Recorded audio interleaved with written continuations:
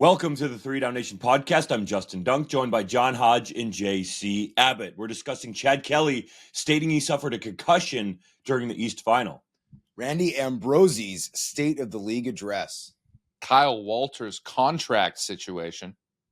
And the air horns at Tim Hortons Field. But first, Argos quarterback Chad Kelly told the three of us that he sustained a concussion during Toronto's East Final loss to Montreal. That was the reason he did not shake hands with any Alouettes, leaving the field immediately for the locker room. Number 12 told us he had an out-of-body experience that was scary. What do we make of this? Well, I think there's a lot to make of this. I mean, I know there's a lot of feedback from people online on social media, CFL fans who are upset that Kelly didn't shake hands with the Alouettes during the game. He left very, very quickly. Obviously, we should address the fact that he had a miserable performance. I don't think there's any way to say it differently. 4 interceptions, lost a fumble, struggled in short yardage. It was certainly not a characteristic performance from Mr. Kelly. However, we talked to him for the awards nominee availability on Wednesday evening. Chad Kelly did an interview with a separate media outlet and then spoke to the three of us. And he talked about leaving the field because his head wasn't right. And I perceived that to mean that he was emotional or he was heated, and that's why. And all of a sudden he said it was a medical issue. And I went, oh, was it a concussion? And he said definitively it was a concussion. He was unable to pinpoint exactly when it occurred, but he said there were several points during the game he had a hard time even getting the plays out. He had to pause momentarily, but obviously he wanted to stay in, right? Competitors want to play every game, much less the most important game of their professional careers, arguably their lives. Yes, Chad Kelly did play some incredibly important college football games, but I mean, he is the face of a professional football team right now in the largest city in Canada. He does not want to come out of the game. He also did talk about how not having his quarterbacks coach, Mike Miller, there was a big deal. But to me, I believe Chad Kelly's story. I have already seen feedback from people on social media, our readers, listeners who we love. And also speaking to media at the media party last night at the Hamilton Club, shout out those who told us they listened to the 3DownNation podcast. You're our favorite. Little kiss. But, so there are skeptics, but I believe it, but I want to hear what you guys have to say. I'm also tempted to believe Chad Kelly for a couple of reasons. And I know there are holes in this story, particularly surrounding the fact that he didn't tell other media outlets this same story that he told us. He didn't even tell the Argos doctors. No, he didn't tell anyone. And he also seemed to indicate that he's sort of ready to go right now. It had a serious effect on him that day and the following day, even 2 days after, but he's ready to go and work out for the NFL. He's not allowed to yet, but he feels physically able to. Now, visually, at least anecdotally, Chad Kelly doesn't quite look like himself. He looks a bit off right now, and certainly watching that football game, he looked off. He did not look like the quarterback we had seen through 18 games of the regular season. And I'd made an offhand comment at the time. It's like, is his head okay? Because he played that poorly and he looked that out of sorts. Now, the question to me is, when did the hit occur? Because he was unable to pinpoint it. And it wasn't exactly as if he was under siege in that game, right? There was not a lot of hits. He was not sacked in that game, so it wasn't on one of those plays. So I'm having a tough time figuring out when exactly it began to affect him. I know there's going to have a lot of people that have doubts about the situation because it seems like a convenient story, a convenient excuse. But Chad Kelly's got a lot of skin in the game moving forward, and admitting that you've had a serious head injury is not great for potential future opportunities in pro football in the NFL, which Chad Kelly seems to still want to pursue. So I am tempted to believe him for those reasons. What I think needs to be stated, and I think we all agree on this, is that this is what Chad Kelly has told us. This is not any bad look on the league, the Argos medical team, or anyone else like that. But there were people at the media party on Wednesday night, as Hodge alluded to, that were surprised to see this come out and then essentially went on red alert because the league and the Argos are going to now have to deal with this because Kelly went through post-game media in Toronto and then even their exit meetings and had meetings with physicians and doctors there, and apparently, based on people I talked to, was deemed to be fine. Now, perhaps Chad Kelly did not want to tell anybody because of his potential upcoming NFL workouts. He's getting up there in age. It could be potentially another strike against him. And then when pressed and asked why he did not shake hands, this is the reason. But I think it's just crazy to make that up. If you're Chad Kelly and you're trying to go to the NFL, exactly, it's a big lie. And if you're trying to go to the NFL like Chad Kelly would like to do, he told us as much, why would you just not take your medicine and say, I was frustrated, angry, pissed off, upset, whatever. Sorry to the Montreal Alouettes. I didn't shake hands and move on. So that to me is why I'm inclined to believe Chad Kelly. But there are people within the league who are going to go back and look at the film, talk to the concussion spotter, and try to understand how this was kept from them. Now, I don't think that's a knock against Chad Kelly because, as Hodge alluded to earlier, he wants to stay in the game. But there's definitely going to be, not like it's a criminal investigation here, but the league is going to review this for player safety reasons, as they should. Well, and I think it should be said that Chris Belenovich, the Argos director of communications, does a spectacular job. And I think Chad Kelly probably knew, whether it was Wednesday night or Thursday night. We're recording this Thursday morning, by the way. So Thursday night, if he wins MOP, he will be made available to the media again. If he does not win MOP, we will not hear from Chad Kelly for possibly a very long time as we enter the offseason. But unless we call him in the offseason. Well, yeah, unless we hit his number. What does Drake say? Call you on the cell phone? I don't know. Call me on my cell phone. Yeah, you're the Drake guy. I'm not the Drake guy. You're actually the oldest one of us. But anyways, separate issue. When it comes to this, Chris Belenovich, again, who we think is spectacular, if all Chad had to do was apologize, right, and just say, hey, look, listen, yeah, I got emotional. I didn't shake hands, and I messed up. I'm sure he would have been coached on a brilliant way to give that. And that's not what we got from Chad Kelly. He talked about it being an out-of-body experience that scared him, right? Like his head was not right. His stomach was not right. He claims he felt miserable. And again, it's possible he's making all this up. We don't live in Chad Kelly's head. We can't tell you whether or not it was injured. However, it is a big lie. And the other thing I will say is every week in the CFL, because of the way these professional football players are built, there is going to be at least one player who feels woozy, who feels dazed, who feels concussed, and do everything they possibly conceivably can to hide that because they are terrified of being taken out of the game and replaced with someone who's a better player, who's making less money, who will take their job. So I do not blame players for doing that. Obviously, we have concussion spotters and regulations and all these things to protect players from themselves because they need to be protected from themselves. But that is also part of the reason why I tend to believe what Chad Kelly is saying, because we can point at the game and go, well, yeah, it didn't look like that hit was bad. Oh, it looked fine here. Well, he has every reason to fake it like he is okay. So again, we can't prove it one way or the other, but those are the reasons why I give credence to the story. One thing I will say for our wonderful and beautiful, talented listeners, readers, viewers, is we shot the whole interview on video. It's not edited and posted yet, but it will soon be posted to our YouTube channel. So you'll be able to actually watch this interview and make the decision for yourself. Do you think that Chad Kelly is being earnest? Do you think he is making a poor excuse? Because again, at the end of the day, we've reported what he said, but we obviously can't prove anything. And I wonder if some of this situation and the fact that it was not reported goes back to what you mentioned earlier, Hodge, and the fact that his quarterback coach, Mike Miller, was not present.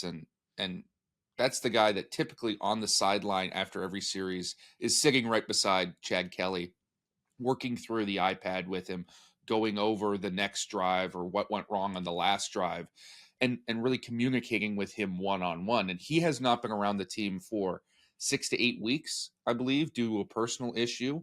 Chad Kelly said that had an impact on this game, that his absence... That's only one game, though. He hadn't been true. there for weeks on end. But the Argos hadn't had a meaningful game in that span either. He played a lot, though.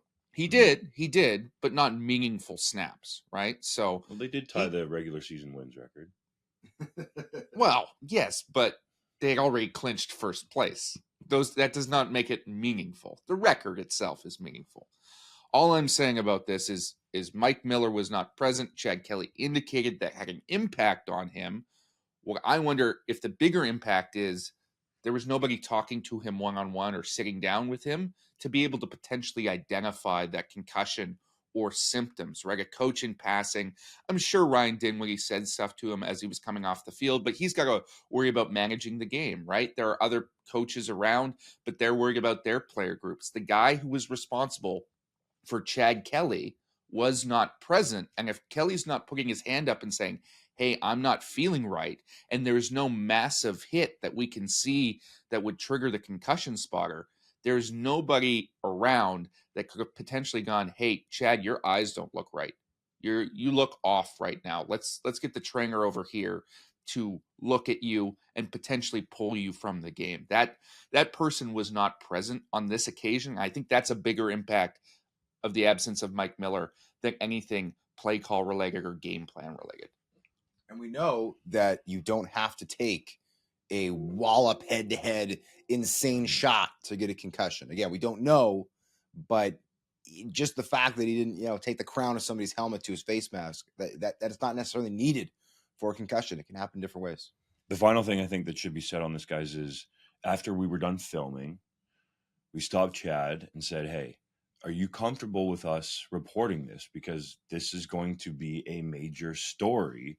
Gave him that opportunity to essentially retract everything that he told us on the record, but I felt like that was the right thing to do. And he said yes. So I don't want people thinking that elaborated. We're out here to get Chad Kelly. Yeah, and he elaborated on how he felt in the bathroom and the out-of-body experience and how scary it was that Hodge talked about earlier. So I think we've done a great job of covering what Chad Kelly has said, presenting his side of the story. And I think we'll hear from the league, the PA, and the team in the coming days and weeks about how all this happened, because I think Hodge's point is taken well. It doesn't have to be a massive hit. Football is a contact, or some people will call it a collision sport. So it doesn't have to be some massive hit in the open field that everyone sees and he's down for a while. There's head-to-head contact that could happen on every single play.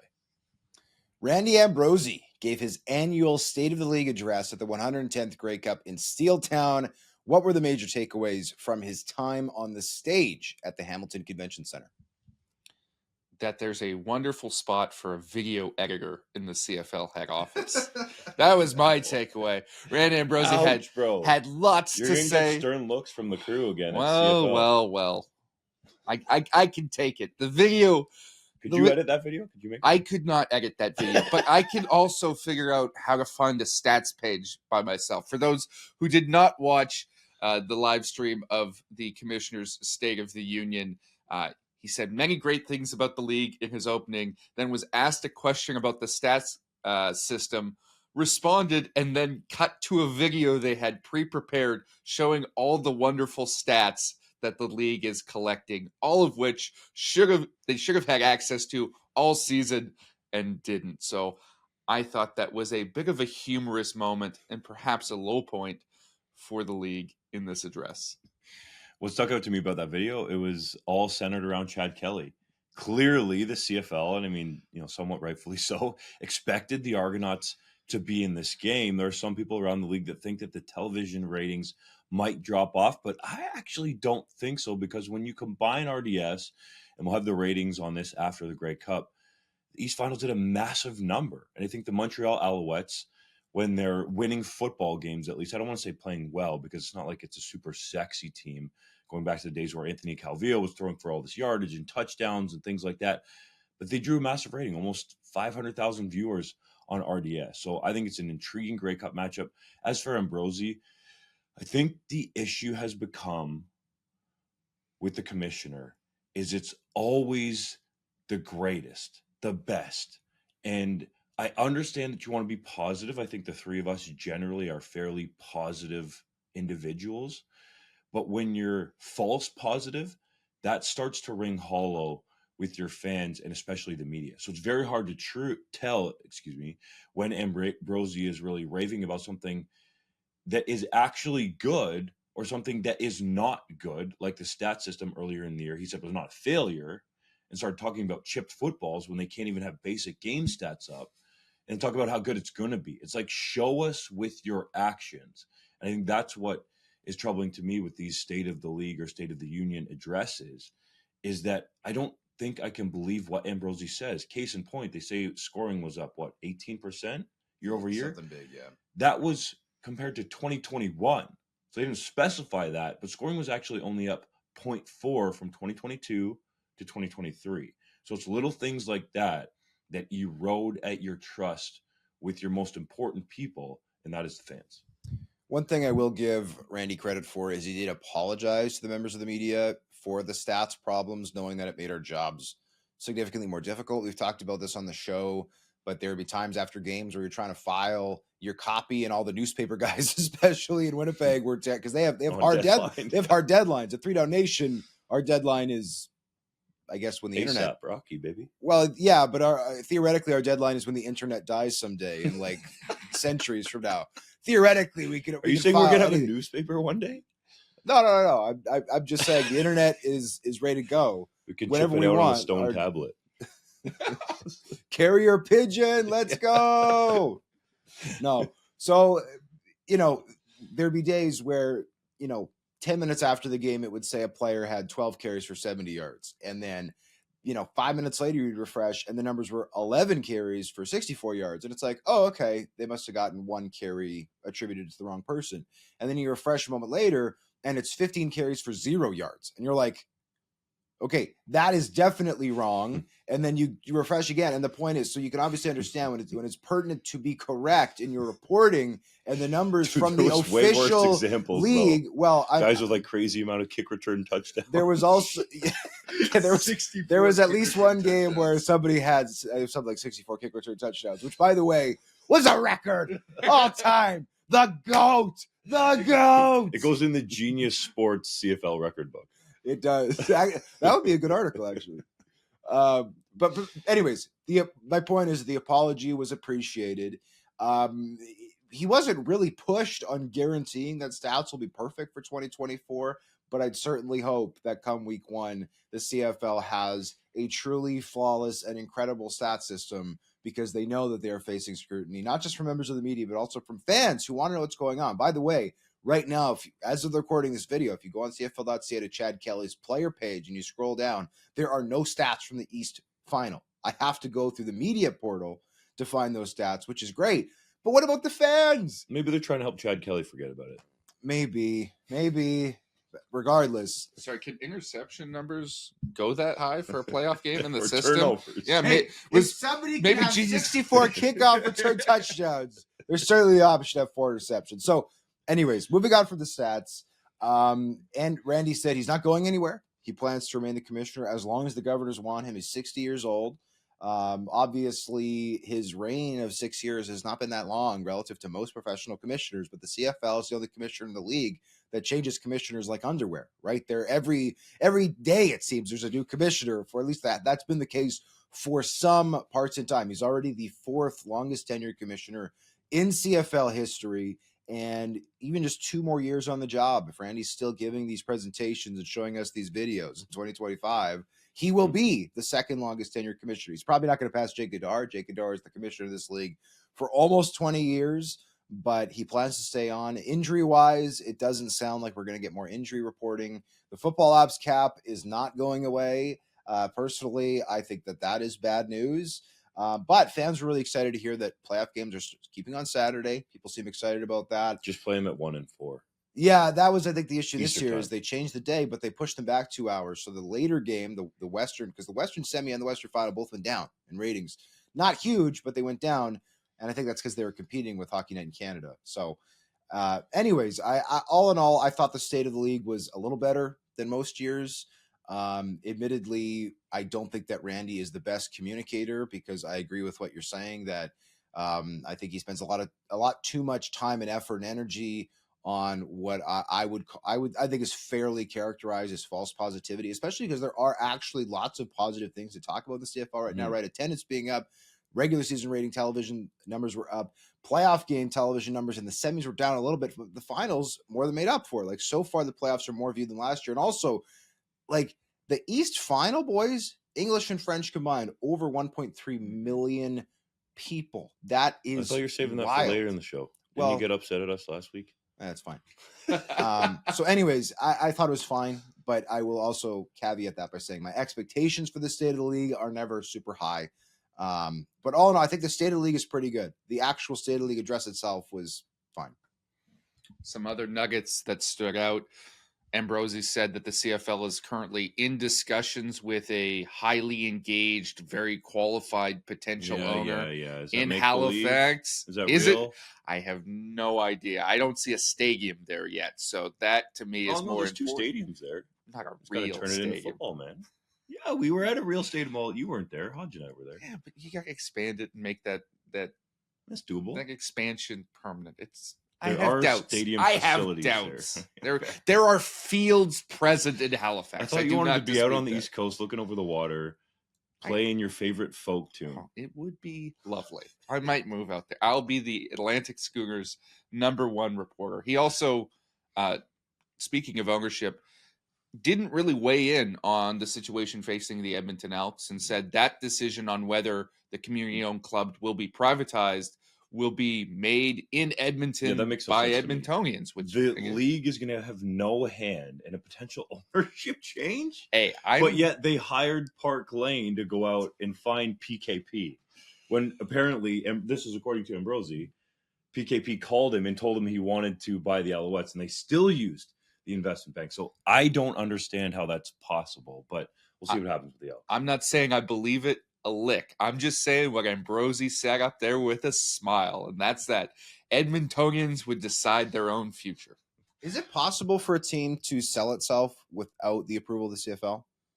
I would assume that it's written in The board would have to. I would assume. agree. I don't know that. I should double check that, but I would assume that the CFL's board of governors would have to vote for one of its member clubs to be sold. You have to be part of the old boys club. Blue Bombers GM Kyle Walters has been on an expiring contract all season, with Winnipeg reaching a 4th straight Grey Cup. Do you expect him to sign an extension prior to the end of the 2023 calendar year? I do believe that Kyle Walters will be back. I'm not reporting that as fact. That's just my sense of the situation. But I was happy to not only press Mike O'Shea on this issue this week, but also Kyle Walters during Media Day, because there's been a lot of speculation about the future of this team. And I think it's worthwhile to talk about, because we have to remember the history. In 2016, both of these men, Kyle Walters and Mike O'Shea, signed matching extensions. In 2019, Kyle Walters and Mike O'Shea signed matching extensions. 2022, Mike O'Shea signs an extension. Kyle Walters isn't even at the press conference. And when asked about Walters' future, Wade Miller gives a very vague sense of, well, we're going to review everything and keep going. And in an interview with the Free Press, Wade Miller reiterated those comments this week. Very vague, we're going to review stuff and keep moving forward, which to me is hardly a ringing endorsement of a general manager who's gotten you back to a 4th straight Grey Cup. It'd be very easy for Miller to say, yeah, we anticipate that Kyle Walters is going to be back, but right now we're just focusing on football and the contract will take care of itself. That is not what he said.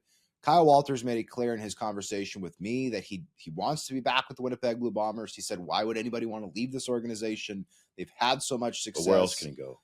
That is a good question. There have been rumors about possibly the Hamilton Tiger Cats potentially being interested. Ooh, obviously, the Grey Cup's in Hamilton. Maybe he's talking this.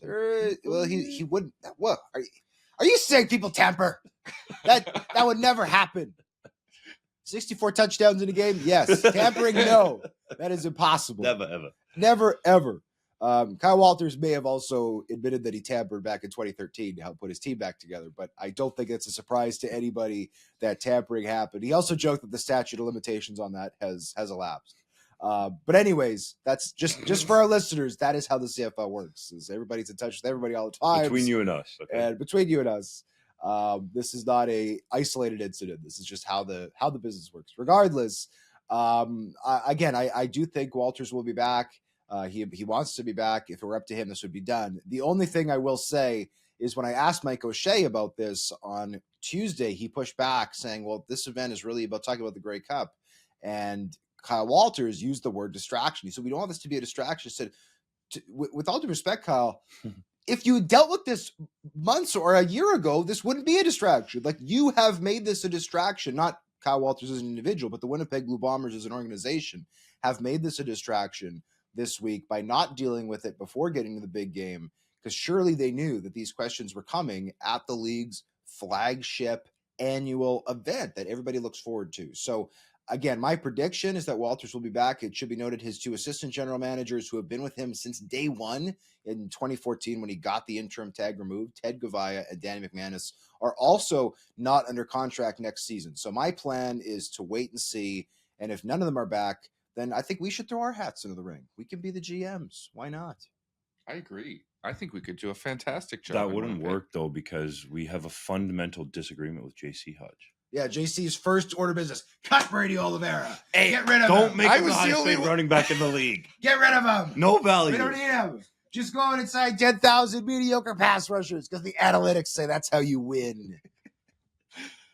Just we can give the ball to Johnny Augustine 100 times a season. How about he's that? Pretty good, and he's from the University of Guelph, but Guelph? he is not. Well, I'm getting him on my side. Brady Oliveira. Guelph guy. Brady Guelph Oliveira, guy. bro. Hey, we got the best running backs offensive have value. line. Michael Shea said it this week. Okay. Okay. You gonna disagree with those? I don't think Mike O'Shea has ever sat down and looked at an analytics spreadsheet. I think he coaches. I think you'd be surprised. Yes, Really? he and is by the very detailed. And by the way, since a long breakdown of the West semifinal predictions are not on the docket for today, I just want to take the opportunity in person to do the following. I told you! I told you! I told you! We all picked the Argos, though, so I don't care. He wasn't talking about that, bro. Why you gotta bring that up? I'm just saying. Why gotta bring that up? We've all made mistakes. We've all made the mistakes. BC Lions practiced in the elements, they might have won that game. What? No, Are you that's kidding? It was like 2 degrees in Winnipeg. Mike O'Shea gave a great quote after the game. And by the way, before asking Mike O'Shea the GM question, and by the way, he's not planning on being the next GM of the team, like Rick Campbell and Chris Jones and Dave Jigginson and Orlando Steinauer, who essentially serve as their own general manager, co-general manager. He's not planning on that. But I asked him about the crowd on Friday and Saturday after the game, and the quote that he gave, I'm paraphrasing, of course, it's up on our Instagram, and I also posted it in the article if you want to read it word for word. But he essentially said, look, if people don't understand that this is the hardest building to play in the league, they need to fly here and buy a ticket to a home game and sit in that crowd because they're going to stop having doubts. And I honestly think people like JC, who are soft and from the West Coast, or people who haven't been to IG Field before, they just don't understand what it's like come a playoff game. I've been to Montreal for games where, oh yeah, the crowd is really good. I've been to games elsewhere across the league. And yes, every building has its own atmosphere, its own vibe. I get it. I'm not disrespecting any of that. It's not the same as IG Field. The building itself is constructed to be the loudest building, and the fans live up to that and push it to its limits. There is no preparing for that environment. The BC Lions, I think, did a better job of preparing for it. That's why they practiced at BC Place Stadium, was to pipe in the noise, and it still got to them. That atmosphere was ridiculous. I still think Winnipeg loses that game if they play in Vancouver, and I want to say that publicly again because I told Rick Campbell and Neil McAvoy last night, and I don't want them thinking it's just me being nice. I also told them I think they're going to win the West Final at home next season in Vancouver. And go to the home Grey Cup. So far away. Wow. Well, hey, when it happens, remember it here. And if it doesn't happen, forget. Going back to Kyle Walters, I think if you had told me, or if we'd asked this question a month ago, I would have said he's not going to be back at all in Winnipeg. The fact that he didn't have a contract, it seemed like everything was trending towards him leaving. But he's lost all his leverage to get any money here because there's no open jobs, right? The anticipation at that time, there might be one. Could be, potentially, but there isn't any currently, right? The anticipation at that time was that Jeremy O'Day would be gone in Saskatchewan and Craig Reynolds could put a little feather in his cap and say, hey, look, I've poached the potentially 3-time winning Grey Cup general manager from our chief rival. I've brought him to Saskatchewan to rebuild our team. Look at how great I am, right? That's what everyone thought was going to happen with Kyle Walters. And then they signed O'Day to a 3-year extension. And so now, currently, unless something changes in Hamilton, there's nowhere for Walters to go. I just don't think that extension with O'Day was done in the time frame that they portrayed it to be done.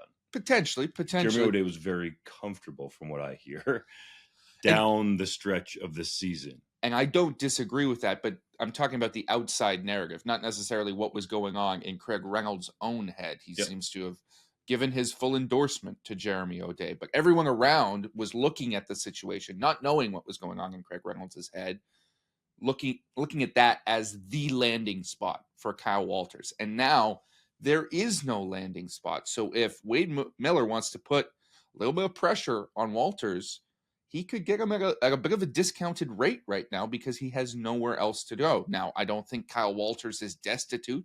He doesn't necessarily need to take a contract that he doesn't believe he's worth. He could sit out for a year and wait for an opportunity next season. But there is now more of an opportunity now for Winnipeg to strike a team-friendly deal because there isn't another open spot in the league.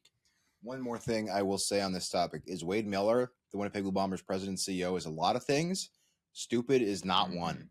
He is a smart negotiator, and he is ruthless. That is why he has gotten to the position that he is in. And if he decides that waiting until December is the best way to get leverage, especially in an environment with an operations cap, part of which, and he was a person who helped install the operations cap to help limit football expenses for personnel, coaches, all that kind of stuff, then he's going to do it. And I think he's got Kyle in the position he wants because he's got Kyle Walters over a barrel. And it's like, hey, there's a line out the door of people who want to be the GM of this team. And one of the things that Kyle's told me in the interview, which I thought was interesting, is he said straight up, being the GM of this team is easy because we have such strong people everywhere across the way. We've got top people in our assistant GM spots. He credited the communications team. He credited obviously Mike O'Shea, the head coach, or the whole coaching staff. He said, yeah, when you've got people this good, being the GM is not that hard. And if being the GM is not that hard, theoretically, you could hire someone at a discounted rate to do it. Being the GM isn't that hard because of the guys he's had around him. Let's be quite honest. I think it was very clear, though, Wade Miller's comments to Jeff Hamilton of the Winnipeg Free Press, that he was holding Walter's feet to the fire a little bit and kind of flexing the leverage that he has in this situation, talking about the football operations cap, not knowing what he was going to be able to spend for 2024, and he didn't want to commit to anything. But I can see the scenario potentially where Wade Miller offers Kyle Walters a less than fair market deal, because where else is he going to go? Especially if Hamilton gets everything figured out there and there is no general manager opening there or vice president of football operations or whatever it happens to be. As much as it would be a great story for the Tiger Cats to potentially get him, and I think that would kind of change a narrative there, and you could presumably in a situation, this is just all hypothetical, keep Orlando Steinauer as a head coach where he's best. Let's all be honest about that, okay? Yeah. Steinauer is best as a head coach. If you had Kyle Walters as a GM and he perhaps brought back with him one Danny McManus, who was the quarterback of the last team to win a Grey Cup for the Tiger Cats, Hamilton fans would be excited about that. Josh Smith would be yelling from his front porch about Danny Mac being back with his old school jersey on. I think that is a very intriguing scenario, but that is one that we're just talking about from the outside. That is not reporting at all. So I think Miller understands the likelihood of where his leverage is going to be, is kind of flexing on Kyle a little bit. Well, and honestly, I think any of those three would be a good job, or would do a good job at the GM position, whether we're talking about Danny, whether we're talking about Kyle, or talking about Ted. So if you've got three guys who are great at what they do, and there's not enough openings around the league to create a market value for them, then yeah, you do have all the leverage. And Wade Miller's flexing it right now. The only possible downside of waiting this long is if it does become a distraction at Grey Cup week. But clearly, Wade Miller thinks that Mike O'Shea has his team so laser focused, dialed in, that that's not going to be an issue. It arguably hurt them last year at the 2022 Grey Cup, but I don't think that Mike O'Shea's contract situation was the reason that the Bombers did win that Grey Cup. No, I think Zach Clark's injured ankle and not playing very well, which we might get into a little more in a second here, hurt them more. Speaking of the Grey Cup, let's talk about the actual game, boys. The 110th Grey Cup kicks off on Sunday at 6 p.m. Eastern time. The Alouettes are 8.5-point underdogs against the Bombers, who covers the spread and who wins the game. Well, we all sat here a week ago and we talked about the Toronto Argonauts versus the Montreal Alouettes. We weren't in Hamilton, though. No, well, In this yeah, beautiful Century Cottage. Let's Yes. go. On the water, baby. we're On living the a life of water. luxury here, but not here physically. We sat on the podcast. I'm just Any- busting your balls. Anyone who's not watching on YouTube doesn't know where we are. We could be in Maui for all they know, I suppose, yeah. which might Is be that where nicer. we're going next? That might be Imagine the CFL nice. winter meetings. We're in Hawaii. Woo! We can surf. Do you guys know how to surf? I do not know how to surf. I'm not sure gravity has come far enough for me to physically be able to surf. I was just gonna say shout out to Bo Levi Mitchell for letting us stay in his place for Grey Cup week, and we're Wait. really psyched to room with you. His place in Regina or his place here? For the record, this is just an Airbnb. It's not Bo's place. Bo probably lives in a beautiful brand new home. No, for the week, it's a 3DownNation house. Well, yeah, this is our house for this week. That's true. Back to the topic at hand.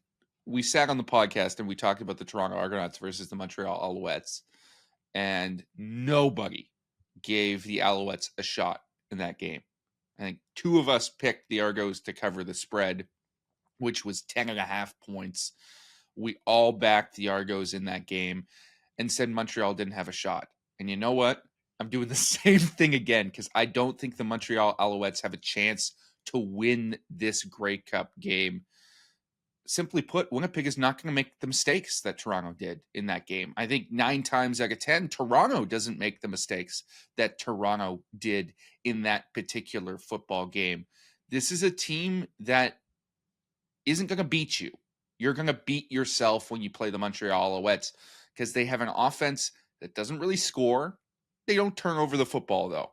And they've got a defense that is exceptional, creates a lot of takeaways, but if you can protect the football, you will be able to outpace their offense. And I think that's what the Winnipeg Blue Bombers are going to do on this occasion. I don't expect it to be a big shootout. I don't expect it to be a particularly exciting Grey Cup game, but Zach Collaros isn't going to throw 4 interceptions and turn over the ball 9 times. If he can turn it over once or less, he beats the Montreal Alouettes on Sunday.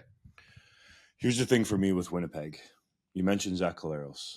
I was a proponent of him being the MOP this year, but in the playoffs, he has not been very good during this run since 2019, averaging 202 passing yards a game, 6 touchdowns, and 7 interceptions from the 19 West semifinal through the Grey Cup last year. He needs to play better for this team to be able to win by margin. Imagine if he played anywhere close to the level that he set in the regular season. The Argos would have lost the Grey Cup last year to the Bombers, and Winnipeg would have beat Hamilton even worse in 21. They wouldn't have needed overtime because of a couple of those picks that he threw in that game. Yes, he got them back in it.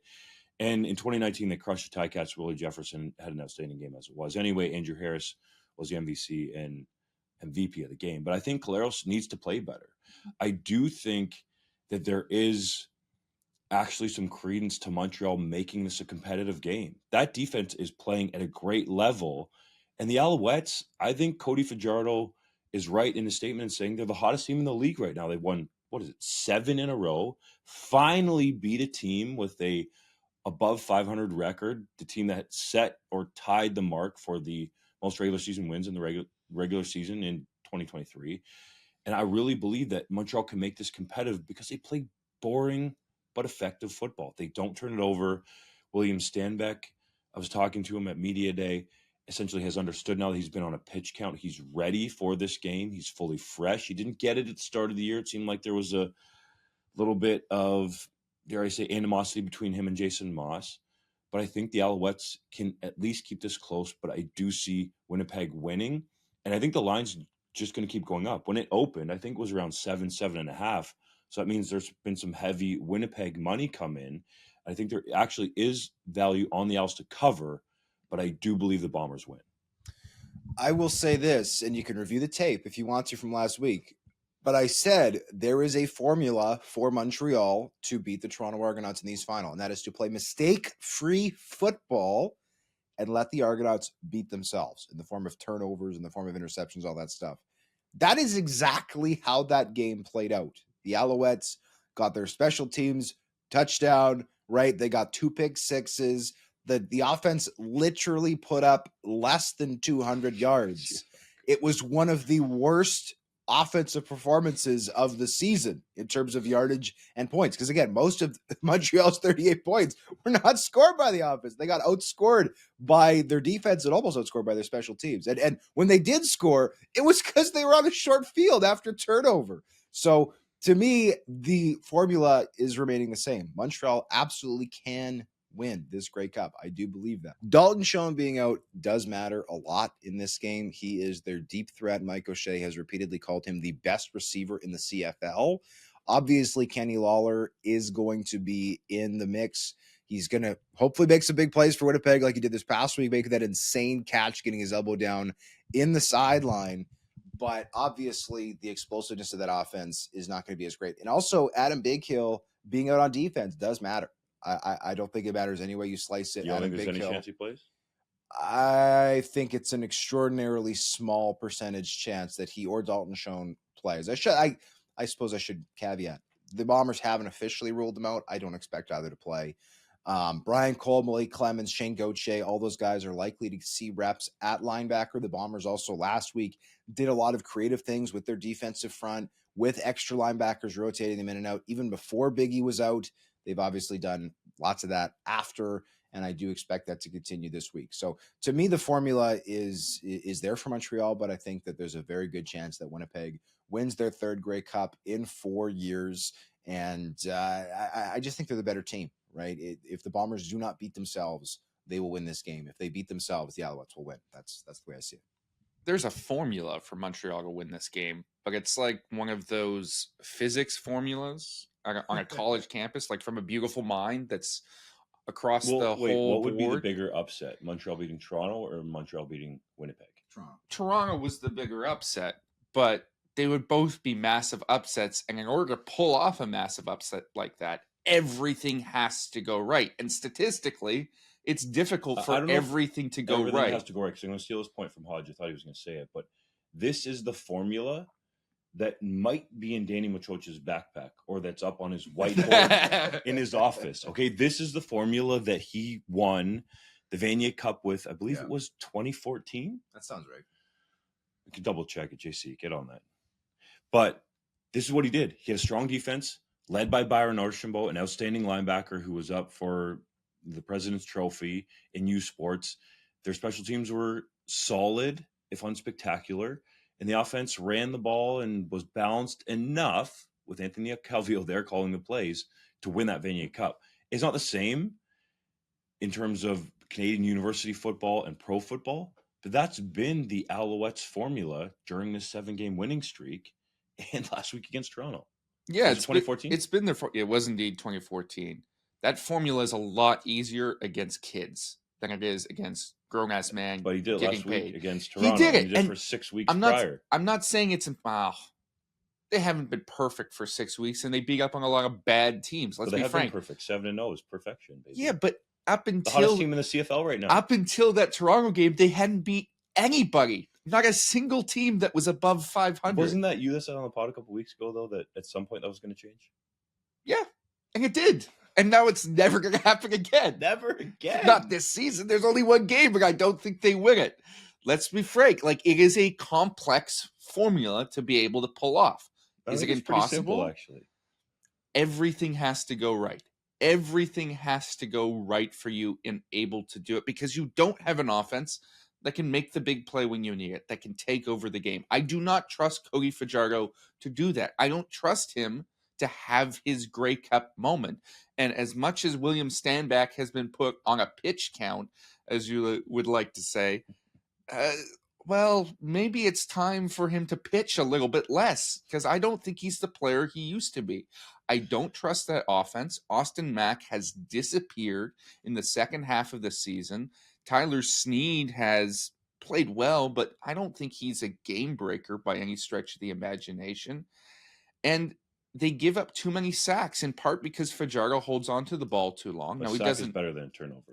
It is, Chad Kelly. But Willie Jefferson has a very convenient way to do both, right? I don't I think there will be turnovers from this Montreal offense on this occasion because they'll pin Fajardo in the pocket. He's going to hold on to it too long. Willie is going to back off his rush so he doesn't get the sack, and he's going to have one of his classic pickoffs. That's what I think is going to happen. That's my prediction. That's quite a detailed prediction. Willie Jefferson is going to have an interception in this game, and we're going to look back on it as the turning point. That is my bold prediction for the Grey Cup. You mentioned one guy, Austin Mack, I think, is a real X factor in this game.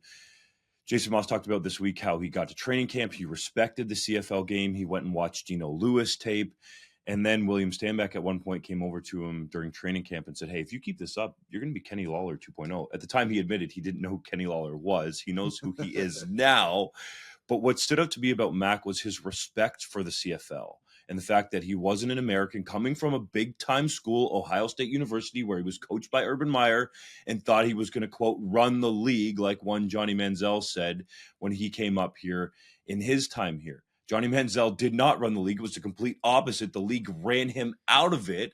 I mean, for off-field reasons too. But Mack, to me, has been eerily quiet. And I get this quiet confidence about him. And I think he has the capability to make some game-changing plays. Am I saying it's going to happen? Not for sure. But I think that capability is there. And to me, that's the X factor. If Mack can get even one deep ball early in this game, even if it's a close shot that isn't caught, I think that can really help this Montreal offense potentially ease off this Winnipeg defense and get a little bit of confidence. It'll obviously help if he catches it, but Austin Mack is a guy that we could be talking about playing in the NFL next year. Like, he has that kind of talent. And if I remember right, Hodge, I know you have felt like throughout the season, this Bombers defense in the secondary has been somewhat susceptible.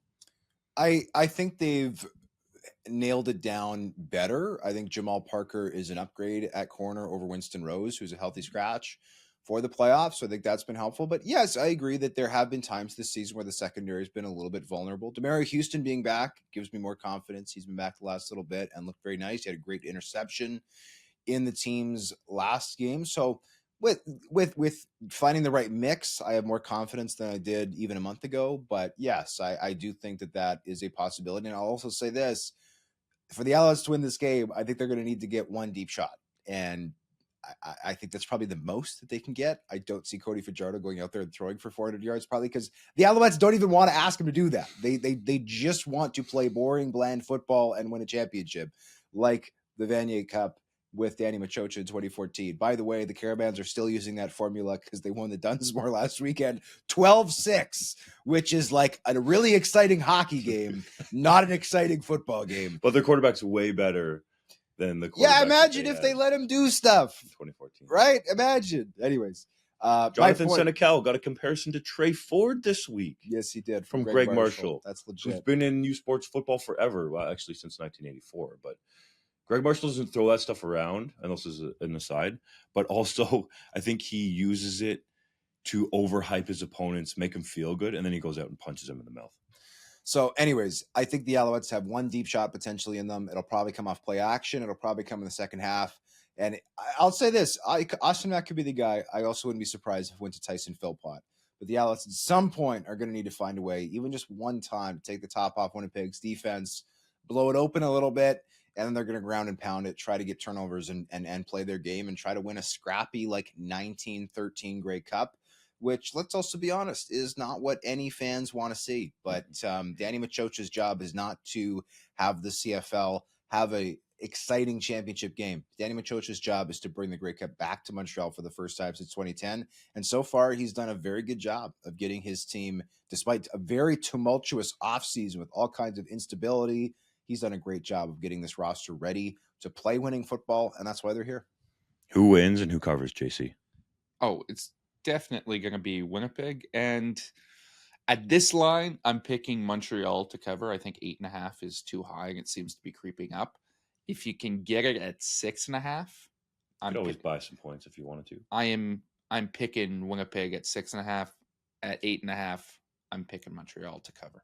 Hodge? Yeah, I'll take Winnipeg by a touchdown. Anything more, I'll hedge with the Owls against the spread. But I think that the talking to some of the guys about losing last year's Grey Cup, like Jamarcus Hardrick, he literally used the word grieve. Like he said 5-6 weeks after last year's Grey Cup, Stanley Bryant hit up the offensive line on FaceTime. And he was like, hey, are we coming back next year? And he made it clear, if we're coming back, like we're not coming back to come back and just collect a paycheck. We're coming back to win a title.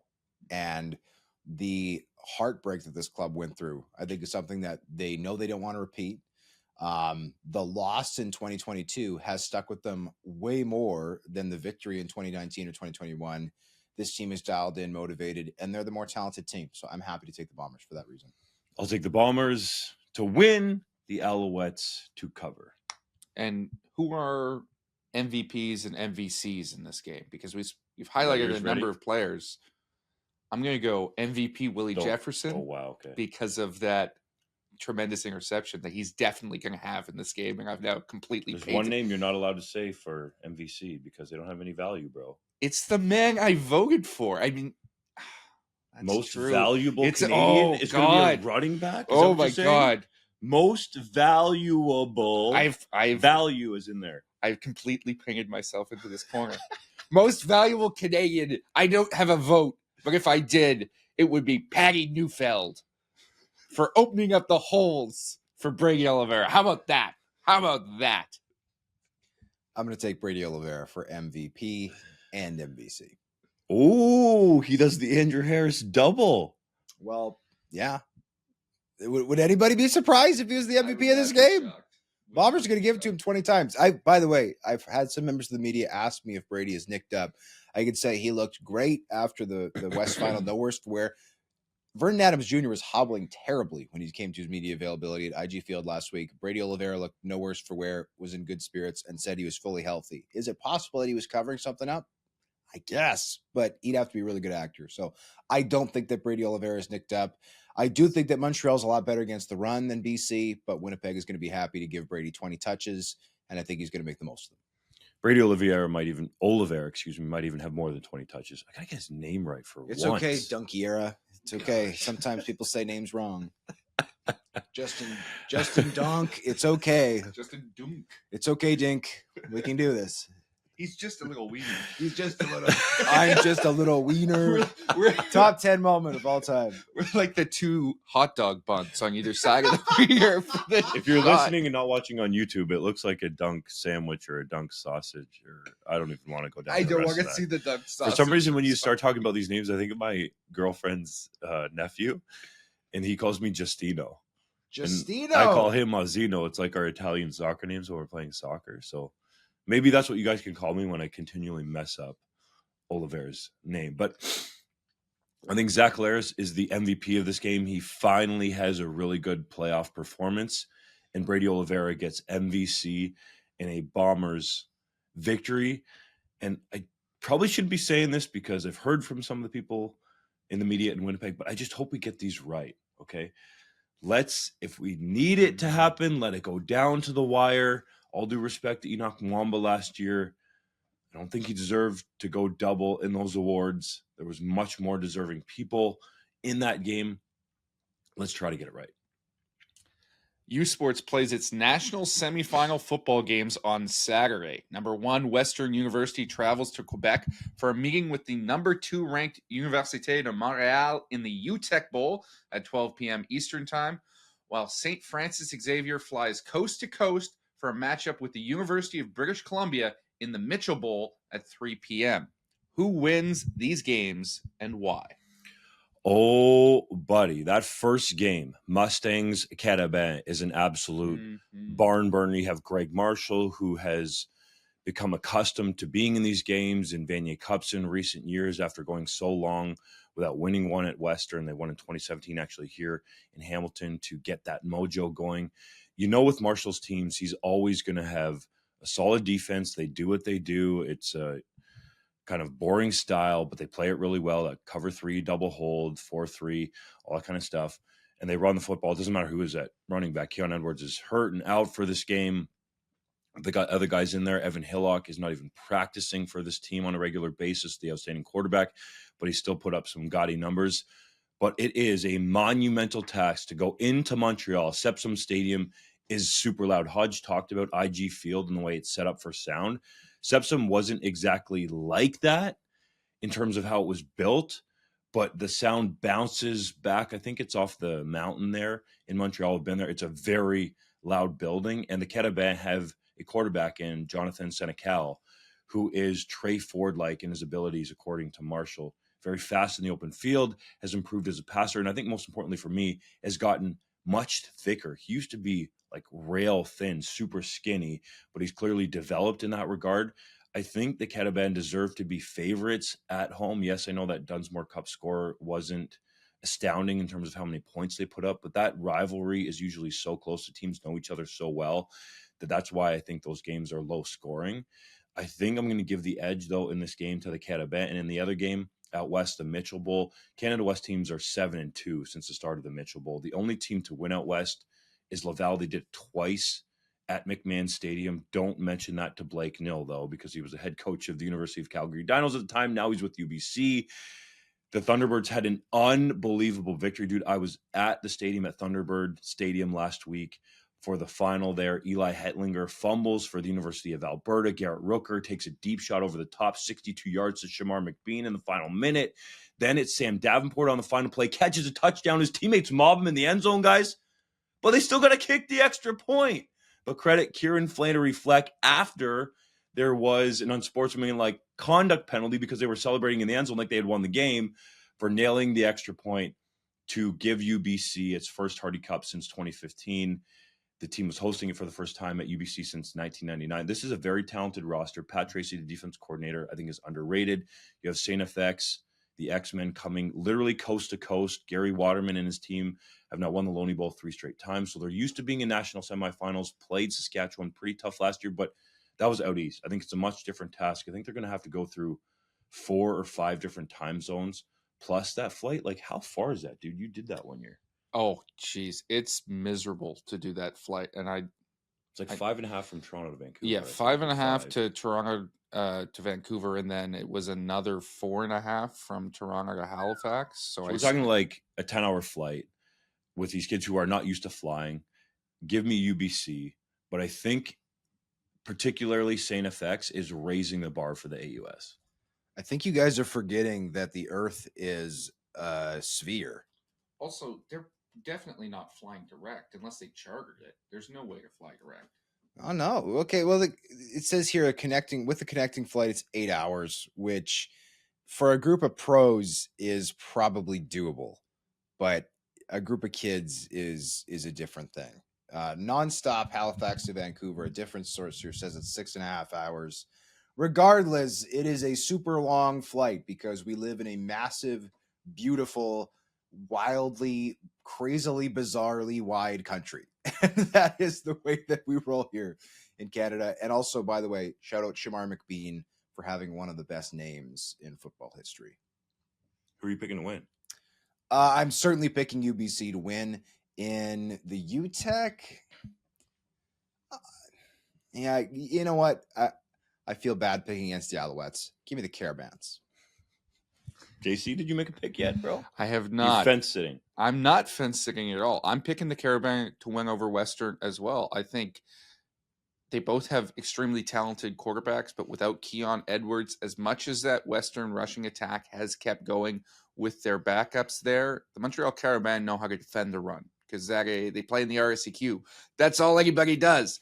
So they will have the answer to that, and I think Montreal can be a little bit more multifaceted on offense with Jonathan Senecal than Western can with Evan Hillock, who's more of a pocket passer, an elite guy in that respect. What about your global receiver there? I thought you were going to go off about him. The global that Montreal has. Oh, Hassan Doso. The global I'm more interested in is JP Metris nominee Christopher Fontenard at defensive tackle, who's going to be stuffing the Western rushing attack. You opened the door. There are globals everywhere making impacts in the U Sport playoffs. Out west, obviously UBC's my alma mater, so I'm a little bit biased here. The Thunderbirds have let teams into games that potentially they shouldn't. They haven't been as dominant as they should be with the amount of talent that they have. But with that travel and just the talent disparity between them and SangFX, as well as the X-Men played last year against the Saskatchewan Huskies, I don't think this game is going to be particularly close, and it will be a tune-up for the Thunderbirds ahead of a Vanier Cup appearance. All right. It's now time for Hodge's heritage moment. On this day in 2015, Vancouver native Christian Covington recorded his first career NFL sack against the Cincinnati Bengals. The Rice product spent 4 years with the Houston Texans before stints in Dallas, Denver, Cincinnati, LA, and Detroit. The son of Canadian Football Hall of Fame pass rusher Grover Covington is now a member of the Chargers. Boys, did you envision the undrafted, sixth-round pick, undrafted? Sixth-round pick out of Rice to still be playing in the NFL almost 10 years later? He's had an amazingly long career. It's hard to say that he would last that long in the NFL, but I felt like he always had the body type and, more importantly, the want to be in the NFL and stick to it. Some guys, when they kind of get to the bottom of the roster, they're on and off practice squads and bouncing around, they're kind of done with it. But he stayed focused, and I think been a key depth piece for a lot of the teams he's been on. I had the privilege to coach at Christian Covington's former high school, and he has talked about in a rarefied air there, not for what he did as a player or his accomplishments in the NFL, but for who he is as a person, how he carried himself, his work ethic, all those little things that you are personally that contribute to that success. No one is shocked that he's around the NFL this long, because that's the type of guy he is. A little bit of a nerd, keeps to himself, likes to read, likes to study, is in his playbook, and is extremely valuable as a veteran, even when he's on the practice roster at this stage of his career, that teams can keep around and put in when they need to, because they know he'll be ready to go, and they know he'll understand their system. The 3-minute drill. The CFL spokesperson told you, Hodge, that air horns will not be permitted at the Grey Cup on Sunday. Do you think Montreal Alouettes fans are going to be pissed? Well, I know they're pissed because they're in my mentions on social media by the dozens. However, interestingly, Joey Alfieri, who does media stuff for the Montreal Alouettes, sent me a video of the air horns in use at Tim Hortons Field this season when the Ticats hosted the Alouettes. So evidently, though the policy is one thing, it was not enforced during the regular season. I'm interested to see if it is enforced at Grey Cup, because on paper, they are not allowed, much to the delight of non-Montrealers. It's pretty easy. Well, I guess maybe. Don't help people out. We don't want the It's part of the intrigue with the Alouettes being in the game, I think. Well, and I'm happy to have broken the biggest story of the week. Minus maybe JC's upcoming story about Danny Machoch's backpack. TSN reported that former Ticats head coach June Jones would love to be back in the CFL next year. Do you see him being back in the league? I don't see him being back in the league right now, currently. I think it's an intriguing possibility. I thought June Jones did some really good things with the Ticats, set the stage for what was eventually a dominant team under Orlando Steinhauer, but really innovated that offense. Steinhauer.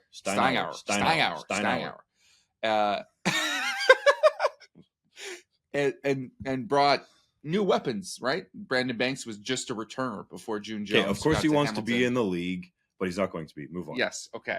The Riders released veteran defensive back Nick Marshall after he was arrested in Georgia on a gun possession charge. Is that fair? It's more than fair. He gone. They sped up the inevitable. See, this is how you do the 3-minute drill, bud. Ticats defensive back Chris Edwards was suspended 3 games for striking an opponent after the East semifinal. Is that sufficient? Honestly, it's light. Chris Edwards has a very well-documented past of tomfoolery and idiocy. It is time Hodge to throw kick him out of the league. book. I'm not sure about that, but it's time to throw the book. This is not the first time. Saskatchewan Hilltops are CJFL. Saskatoon. Oh, what'd I say? Saskatchewan. Same thing. Our wow. CJ, the people of Regina. Brendan Howard McGuire has his hand up in the air. Regina, to give you an open-faced slap. Regina wishes it was Saskatoon. The Saskatoon Hilltops are CJFL champions once again after beating the West Shore Rebels in the Canadian Bowl. Was that a surprise? It was a bit of a surprise because West Shore has a far superior quarterback, but in the conditions that were there in Langford for the game. Langford? Yeah. That's where it was? It was in Langford. Wow. Yeah. Driving rain. They just couldn't get their passing attack going, and the better rushing team won that football game. Scott Flory told Husky Fan that he's committed to the University of Saskatchewan, but would listen if a CFL team came calling. Do you see him as a candidate for the Riders' open head coaching gig? In my opinion, I believe he should be. Jeremy O'Day, pick up the phone and at least have a conversation with Flory. You'll be impressed. You don't have to hire him, but it's worth at least one phone call. Where are we at here? English language ratings for the East Final grew 43% year over year. Is that the Chad Kelly effect? We've already talked about this, so I'm going to use my time here to point out the fact that you diss JC. You've been like, this is how you do the 3-minute drill. And now twice now you've lost your place. The CFL is permanently moving its playoff games to Saturday after what the league deemed spectacular results in 2023. Is that a prudent decision? I think it is. Obviously, the West semis the semifinals did not perform as well as expected because of some conflicts, but the finals performed remarkably. I would just say move them up in the day to where they normally were time-wise on Sundays, so you don't have any conflict with Hockey Night in I said Canada. that earlier. Didn't you hear that? I'm supposed to answer I'm just going to delay because I know you have other places to be. I'll just give you the mic, bro. Now I'm just delaying and delaying and delaying just to piss you off, Dunk. Joe Burrow wore his father Jim's old Alouettes jersey to his Bengals game last week after Montreal made the Grey Cup. And should I tell stories about Jim now just to delay you can further? if you want. I don't have any I'll give you the mic and Jim. just leave. Could that be good luck for the team? Didn't they lose last week? The Bengals did, yeah. Yeah, To the Texans. No, it's not good luck. Dun-dun-dun. Not good. That does it for this edition of the 3DownNation Sausage Sandwich Podcast. Be sure to tune in next week as we break down the CFL awards in the 110th Grey Cup. Hey JC, let's squish our little wiener here. Let's go.